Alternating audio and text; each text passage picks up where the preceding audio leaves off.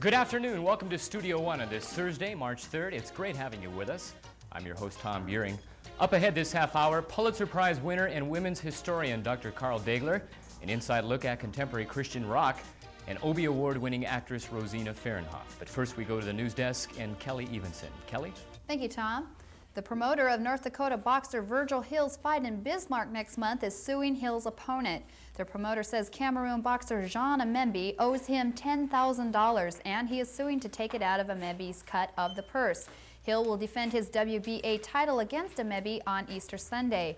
Amembi's take is $62,500.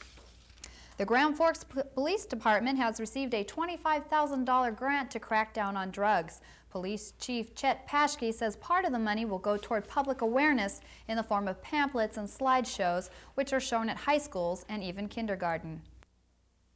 It may seem odd or strange that a kindergartner would probably be interested, but it's surprising what these little people who are at that age, young people, can absorb. Paschke says crack, a highly addictive form of cocaine, is not rampant in Grand Forks, but drug awareness programs are needed now to prevent future crack use. There's no doubt that it'll be here, but with our efforts, maybe we can minimize it. In many cities, crack has already become an epidemic, but in Grand Forks, Paschke says the education program may head off the crack crisis before it gets here. The United States exported the most electronic products last year since 1980. But even with the increase, imports still overshadow exports by nearly $18 billion. There was a huge increase last year in the export of American wines. The British and Japanese seem to have taken a liking to the wines and helped boost wine exports by 64%.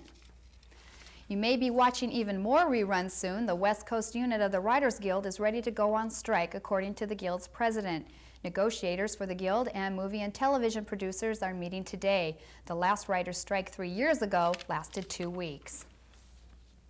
Being a feminist means being able to take care of yourself, a UND English professor told a new panel audience today.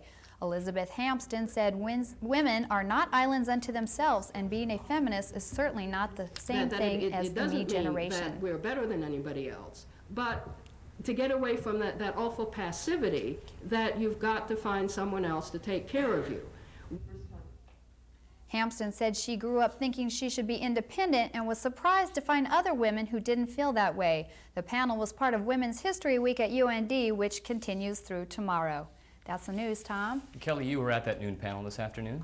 Yes, I was. There was a good turnout, and it was very interesting. I learned a lot. Well, good. It's good to hear that there was a good turnout. March is National Women's History Month, as Kelly mentioned before. UND's Women's History Week is wrapping up tomorrow with a noon presentation by North Dakota Supreme Court Justice Burl Levine at the law school. Then at 1:30, the UND Law Women's Caucus will sponsor a panel discussion entitled Women and Transition, Becoming Full Participants in the Legal Universe. And finally, Lucy Blue Tremblay will perform at the Josephine Campbell Recital Hall at 8:15. Plenty of events to choose from. Weather-wise, well, let's find out from our very own meteorologist, Jay Searles, what's in store for us. Jay? Thank you, Tom. After a sunny start this morning, we've had some clouds move in. Even a few flurries have developed this afternoon. In the almanac, we've had a high yesterday of 23 degrees, a morning low of 13 degrees, and no precipitation. Currently at 4 in the Grand Forks area, the temperature is 30 degrees. The winds are southerly at 10 to 15 miles per hour, and the humidity is 65%. Taking a look at the map across the nation, a large and vigorous snowstorm is taking place across much of Texas and Oklahoma, where we can expect some very heavy snow tonight. And in the warm air ahead of this system, some very heavy rain is being produced across parts of Alabama and Missouri. Behind the system in Texas over the last few days, Tuesday they had some very heavy tornadoes and thunderstorms where some hail damage was done to several buildings and cars. Across much of the west, a large area of high pressure across the west coast is pushing in some mild air from the Pacific. Warming temperatures up across California, where early this morning they were very cold.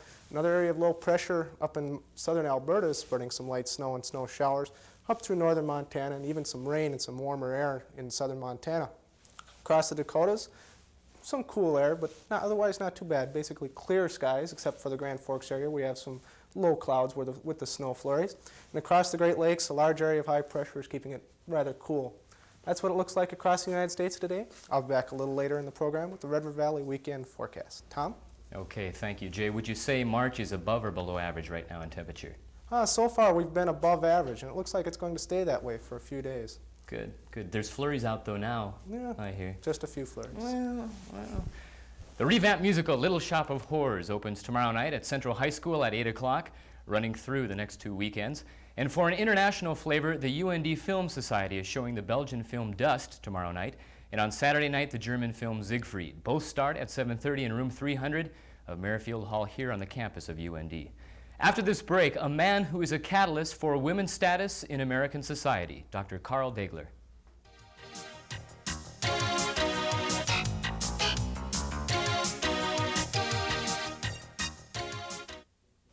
Think for a minute. If every one of us gave just 5 hours a week, if we gave just 5% of what we earn to the causes we say we care about, it could add up to the biggest volunteer effort this country has ever seen. And we could accomplish things that right now we only dream about. Just 5 hours, just 5%. It's not that much to give, but what we could get back is immeasurable. How does this man consistently draw 2,000 students a year to New York's most talked about film class? How does he attract the finest creative talent in the film world? Guests like Woody Allen, Robert De Niro, Martin Scorsese, Dustin Hoffman, Deborah Winger, William Hurt, Steven Spielberg, Robin Williams, Robert Redford, Shirley MacLaine, just to name a few? Why do his students describe him as brilliant, charismatic, and his class provocative, inspiring, exhilarating? Find out for yourself. Richard Brown's Screening Room, a whole new way to look at movies. Watch it on NCTV. Welcome back to Studio One. Our first guest is a Pulitzer Prize-winning historian and an American history professor at Stanford University. Dr. Carl Degler has lent credibility to the historical role of women, blacks, and Southerners through his writings. His most recent book involves women and their evolving status in American society. We welcome to Studio One Dr. Carl Degler. Dr. Degler, good to have you with us. Thanks, Tom. Glad Now, to be when we here. talk about mainstream writing, most who have neglected in history three main groups: blacks, women, and Southerners. We have seen, in turn, Southerners write about the South, blacks about blacks, women about women. But you, being none of these, writing about them, does that lend credibility and elevate the credibility of what you're writing about? Well, it certainly would suggest that I'm not prejudiced in favor of the people I'm writing about. On the other hand, sometimes some of those people I've written about have, thought, well, maybe you're not inside the head of the people in that group. But in fact, I haven't really run into it. I mean, some men have said to me, writing about women, has that meant women have come after you and said you have no right to write about women? And that's not true. I mean, they've disagreed with me on particular points, but they've never said there's no place for a man to write about women any more than blacks have said there's no place for a white person to write about blacks. Southerners are the ones that come closest, I think, to suggesting that Northerners may not be, which is what I am, that Northerners can write about the South. But again, Southerners have been very receptive to what I've written in the sense of using my books in classes and then buying them and so on. So I think it may not have added too much credibility, but it hasn't kept me from doing it or being accepted. How difficult is it for you to identify with the struggles of women and the struggles of blacks? Well, I wouldn't put it in terms of difficult. I think it is a problem. But on the other hand, historians have to sort of get in the heads of people that they are not. And when sometimes people come to me and say, how can you write about women when you're not one? I say, how could I write about a priest in the Middle Ages without being a person in the Middle Ages? Or how could I write about a Spaniard without being a Spaniard? And historians do this all the time. I mean, it's a sort of fundamental assumption of our occupation to try to get in the heads, and that's what we really are doing by our examination of the documents and thinking about it, and trying to gather more material and putting ourselves in that position. Dr. Degler, have you found the parallels between women's history and black history? Are they frequent or are they few? Well, I like to say, people say to me, how did you get into women's history? And I think I'd have to say that I entered it first through black history.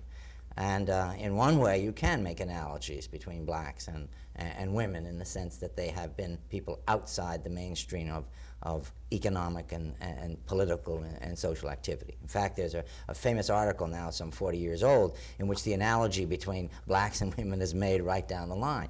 Couldn't go to school, couldn't have certain jobs, couldn't engage in politics, and so on down the line. I think there are differences, and they too should be mentioned. But there's a quick analogy that that gets you to move easily, as I did, from first black history and then into women's history. If history does repeat itself, what have you discovered about the past that would assist us or correct us for the future? Well, one, I don't think history does repeat itself, and I think the reason for studying it is not to look for analogies in the past, but rather to understand how we got to where we are, that everything we are as a person or as a social group comes out of our past. That's what we are, after all. You have a personal history, you have a history in your occupation, you have a history as a person in North Dakota and an American and so on. And so that is what I think history does when you look at the history of women or the history of black. How did they get where they are? And does that mean we want to change them? How can we change it? But we have to first understand where they've come from. You have received quite a bit of prestigious awards, even going internationally. From what you have been able to relate to with international historians, what is their perception of our American history? Is it favorable? Oh yes, I think by and large, I don't know whether you're talking about all over the world, but there is an increasing interest in Europe in American history. There are chairs in England, in France, in Germany for teaching of American history. I know now Chinese, now that there's more connection between China and the United States, Chinese are interested in American history, want to introduce more American history. I mean, how could you ignore the United States given its power and its influence in the world? And I think that is when people finally always come back to history. How did these people get to be the way they are? And so I think there will be a growing increase in American history, not necessarily always favorable, obviously. Soviet Union also has great interest in American history, speaking of favorable views and so on. What area of history would you study next? Where do you go from here? Will there be another segment of history that you'll be able to take a look at? Well, one of the things that came out of my interest in black history was a study of a comparison of race relations and slavery in Brazil and the United States, a comparative study. And ever since that study, I have been very much committed to the desirability of looking outside your own country in order to understand it a little better. So I think one of the areas I'd like to do is to make a comparative study of German history and American history, because there's some similarities there. Two relatively new countries that become very important economically in the 19th and 20th century, and a number of things that are not alike. And that one would ask, therefore, why the differences as well as why the similarities. Dr. Carl Degler, thank you so much. A privilege talking with you. My pleasure. Enjoy your time here in North Dakota. All right, I'll do that. Pulitzer Prize-winning historian Dr. Carl Degler. Dr. Degler is speaking tonight at 8 o'clock in the Memorial Union Ballroom for UND's Women's History Week. After this break, our Open Doors segment looks at the booming business of Christian rock.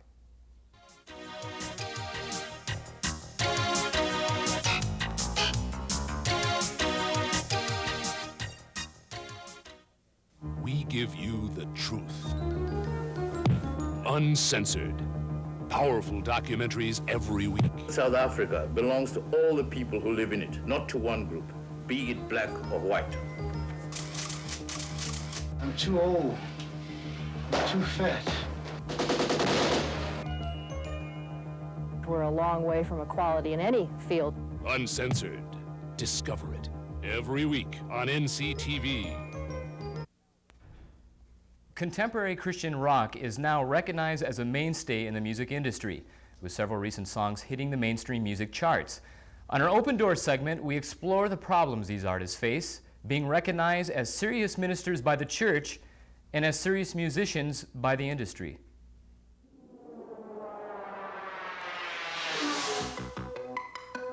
Like a thief in the night, just like lightning in the sky, when Jesus comes to take his church away.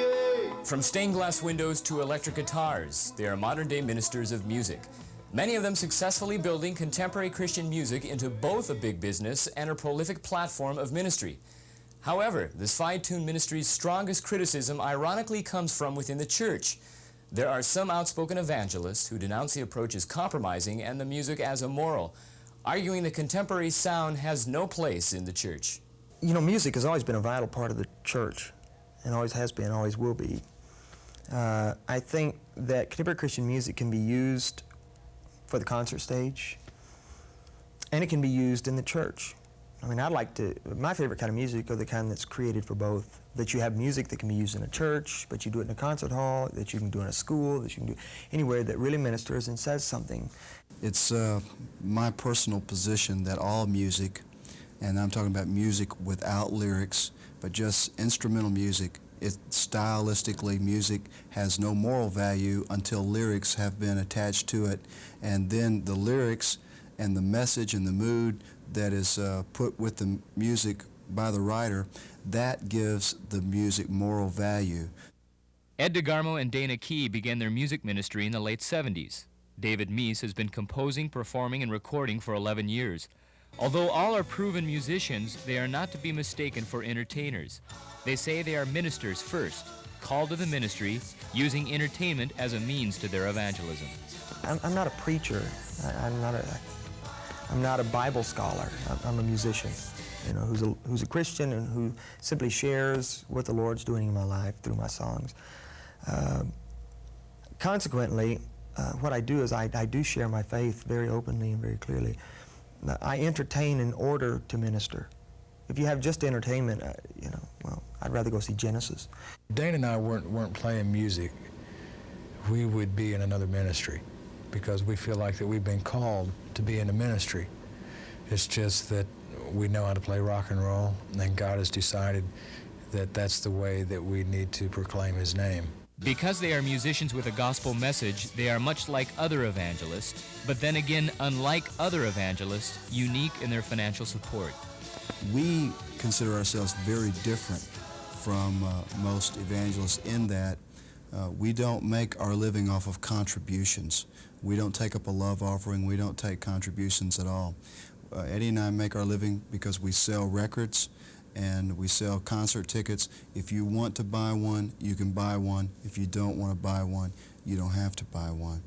And we're not a non-profit organization, so we don't have to go constantly milk the audience for money for us to survive. And so each individual who makes a choice to support us supports us by buying a record or buying a concert ticket, and that's an individual decision. I think that distinguishes us from the tele-evangelists, and I really do hate to be lumped in with them. For these evangelists, financial accountability is overshadowed by a greater concern: compromise. The measure of success in Christian music and the buzzword among most ministering musicians these days is crossover. That's when a Christian artist grows beyond the expected audience into the massive general listening market, top 40 airplay, and heavy album sales. Amy Grant and Stryper are two of the most recent achievers. This either provides a larger opportunity for ministry or presents a major distraction to a message that must not be compromised. I find a lot of times if you start trying to water down your message to try to reach an unsaved kid, you know, you're not only not going to reach the unsaved kid, but you're not going to say anything if you do, you know. Most important thing for a contemporary Christian artist to do is to try to say something through his music, and that's going to encourage people and make a difference for them, whether you're trying to evangelize the unsaved or whether you're trying to speak to the Christian. And that's only going to be done if you stick by your convictions and you stand by them and you say, this is what God means to me, period. More and more groups are speaking directly from the Scripture, and they're not mincing their words. They're making sure that their messages are very straightforward and scriptural, while other groups that feel uncomfortable with that are moving more into the area of being entertainers. And we've known that there was a distinction between the two kinds of groups for a long time, but it's just in the last few years that it's the difference between the ministers and the entertainers is becoming obvious to the audience. I think the confusion has come from some people maybe starting and being in Christian music and ministering, and then all of a sudden saying, hey, I don't need to do this anymore. You know, all I need to do is sing. When they don't really understand that a lot of the people that really followed their careers and came to see them really like the other part better. You see what I mean? Contemporary Christian music has every opportunity to expand within the music industry. Its mark of distinction will be the message of the artist. Perhaps then its direction rests upon the messengers, who are many, each ministering to the beat of a different drummer, but all to the same conductor. We as Christians have an obligation to really work with each other and say, I'm going to do this for the Lord, and I'm going to make a difference. I'm going to encourage those around me, not beat them over the head, not be pompous, but really try to just say what I'm saying in order to encourage them and minister to them. And that's the way the Lord would have me do. And put God back at the center of it all.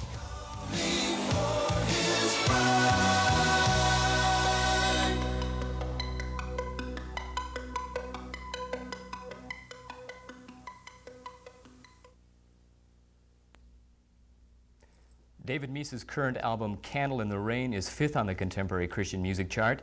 Degarmo and Key's recent #1 album, D&K, is currently 2nd on the same charts.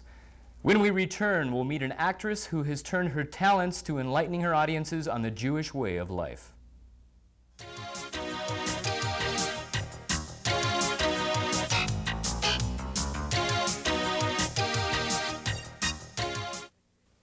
When friends don't stop friends from drinking and driving.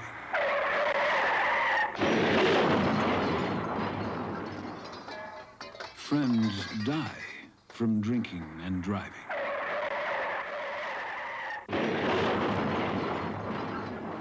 Friends die from drinking and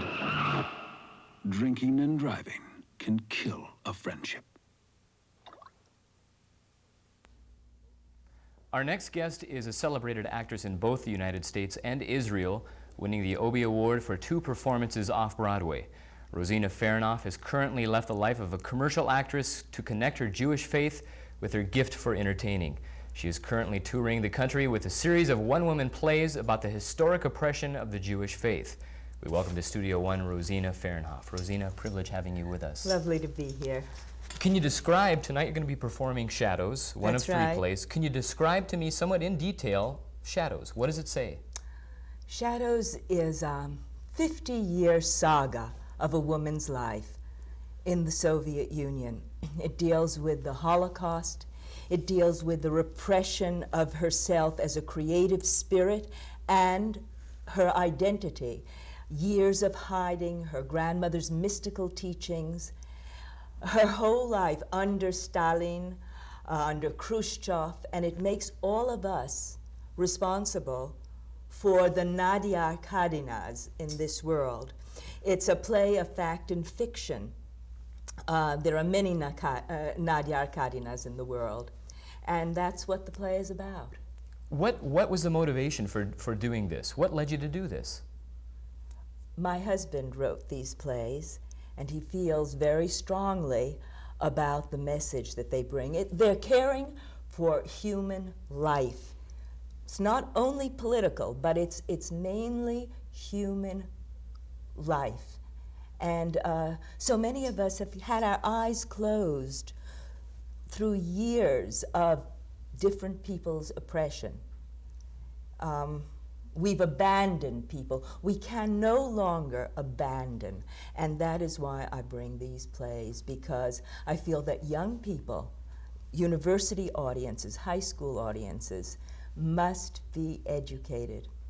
And theater is the best way to do it, really, because you get involved with an emotional story, an emotional line, and you become educated with the facts as well. Rosina, what are you leading your audiences to? What kind of a response? Involvement or just empathy? What type of response? Both. Absolutely both. You know, we all lead our lives not really getting involved, not really paying attention, and we have to do that. You are drawing from some of your own personal experiences as well, and emotions. Share with us what you're drawing from. Well, for one thing, the Holocaust plays a prominent role in Shadows, and my family, not my parents, but their brothers and sisters were killed during the Holocaust in concentration camps during the Nazi regime. I met many Russian who came to Israel and to the United States, and they shared with me their experiences in the Soviet Union, so I brought that. Often, the things that they didn't say were the things that were very provocative. I saw them putting their kids to sleep, how they related to one another, their sense of family, their love of the country that they left and their sorrow in doing that, but they had to do it because they were not free, simply not free. Rosina Fernhoff, thanks for being with us. Thank you. We are really thrilled to have you here in North Dakota. Good. Obie Award winner Rosina Fernhoff. Her soliloquy Shadows will be performed tonight at 8:15 in the Josephine Campbell Recital Hall as part of the B'nai B'rith lecture series. When we return, Jay Searles with the weekend forecast.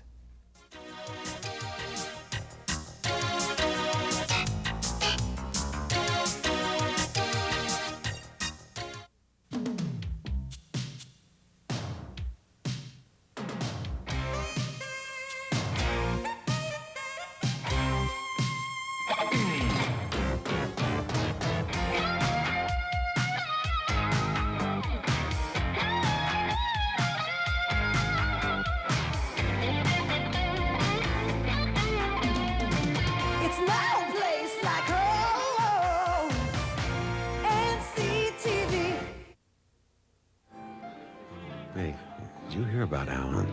Yeah. You know, the guy was a heart attack just waiting to happen. No kidding, huh? Yeah. Hey, didn't he have a kid? I think so. The scariest part about heart disease is all the little things you leave behind. You can help prevent it. We can tell you how. 2 UND teams are participating in national competition this weekend. The wrestling team will be in Nebraska for the Division II finals, and the swim team will be on the road again, competing in Buffalo, New York. At home this weekend, the men's and women's basketball teams will take on South Dakota State Friday night. On Saturday, both teams face Augustana College. Weather is now the subject of what we hope will be a warm spring-like forecast. Here's meteorologist Jay Searles. Jay? Thanks again, Tom. That area of cold air will be sitting over northern Ontario, where temperatures will be well below zero. Readings tomorrow morning, 15 degrees below zero up there.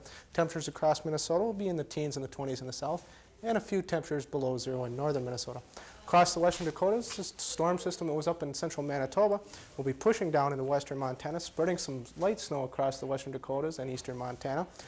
And some precipitation will be slowly moving into our picture later on in the afternoon as this storm system slides into South Dakota. For the forecast in detail, tonight we'll have partly cloudy skies. We'll have a low of 20 degrees. Winds will be southerly at 10 to 15 miles per hour with no chance of any precipitation other than the light flurries that we have already. Tomorrow, skies will become mostly cloudy. We'll have a high of 32 degrees. Winds will be from the south at 10 to 15 miles per hour, and there will be a 30% chance of some light snow as that storm system moves by. Saturday, mostly sunny and a little warmer with a high of 30 to 35 degrees. Sunday, the warming trend continues with partly cloudy skies and a high of 32 or 37 degrees. Tom? Now, Jay, I've got a major favor to ask of you. Should we all engage in the mass exodus for spring break in a week, or should we stick around? Let's just say things have a way of turning tails this time of year, and I'd like to get out of here for a while. It probably does us all a good job. Well, I wouldn't mind that either, especially the flurries that I'm checking out. We'd like to thank our guests, Dr. Carl Degler and Rosina Fernhoff, for being with us today. Also, thanks to Ed Degarmo, Dana Key, and David Meece. From all of us here at Studio One, thanks for joining us, and we'll see you again next week.